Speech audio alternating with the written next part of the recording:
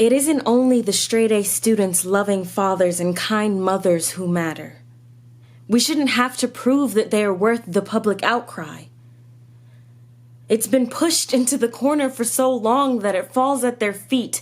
They're able to step over the obvious mountains because someone along the way convinced them that it isn't their responsibility. Imagine yelling so loud for so long about how you should be able to live freely until your voice is sore just for people to have a rebuttal. Imagine fighting for the right to live. Imagine being sick and tired of feeling sick and tired. Imagine trying to grasp an ounce of self-love and self-worth just for the media to snatch it away. Imagine letting go of just a fraction of your worries after surviving things that shouldn't require survival. Police brutality. Police-induced fatality. Who is it you call when you're in danger because of the savior? It's almost like we should sign some type of waiver because being black in America is just too risky.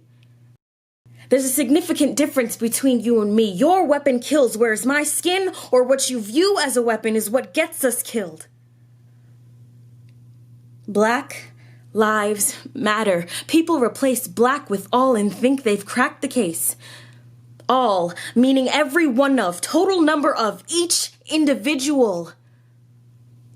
Black lives matter. We say it because based on the numbers and the facts of this system, they don't. We say it to remind you. We say it to remind us because in this world, it's easy to forget. We say it to make you think. We say it to let the young black boys and girls know that despite what you see on the news, your life matters. One nation, under God, indivisible, with liberty and justice for. We all know what the last word is, but only some of us are willing to admit that it doesn't ring true considering what we've been through. We hold these truths to be self-evident that all men are created equal. It says all, but what it really means is white land-owning men. It says all, but it doesn't include black individuals at all. We were never included in the all. As we're excluded, we come together in an attempt to make sense of each lash of abuse and disrespect. Sometimes I just want to sit down with certain people and ask, why is it that the resilience of my brothers and sisters upsets you? Your silence is deafening. With your mouth shut, you send a louder message than ever. You have a choice. Sit back and watch or stand up and speak. If you don't want to talk about it because you're uncomfortable, you are simply putting your feelings above mine.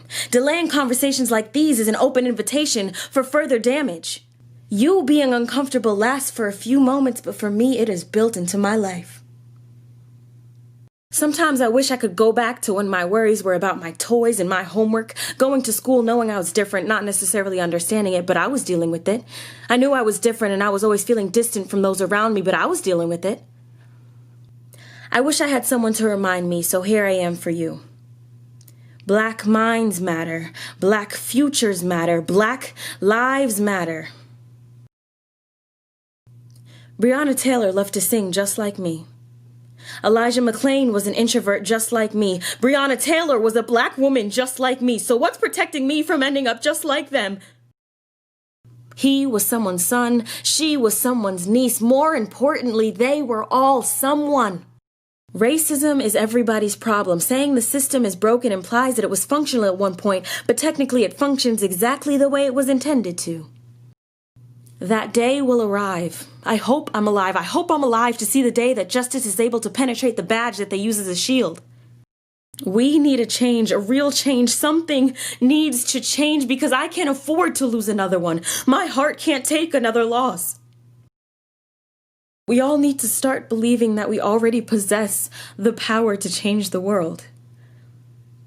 We protest for progress because we can't expect a house of cards to protect us from a storm.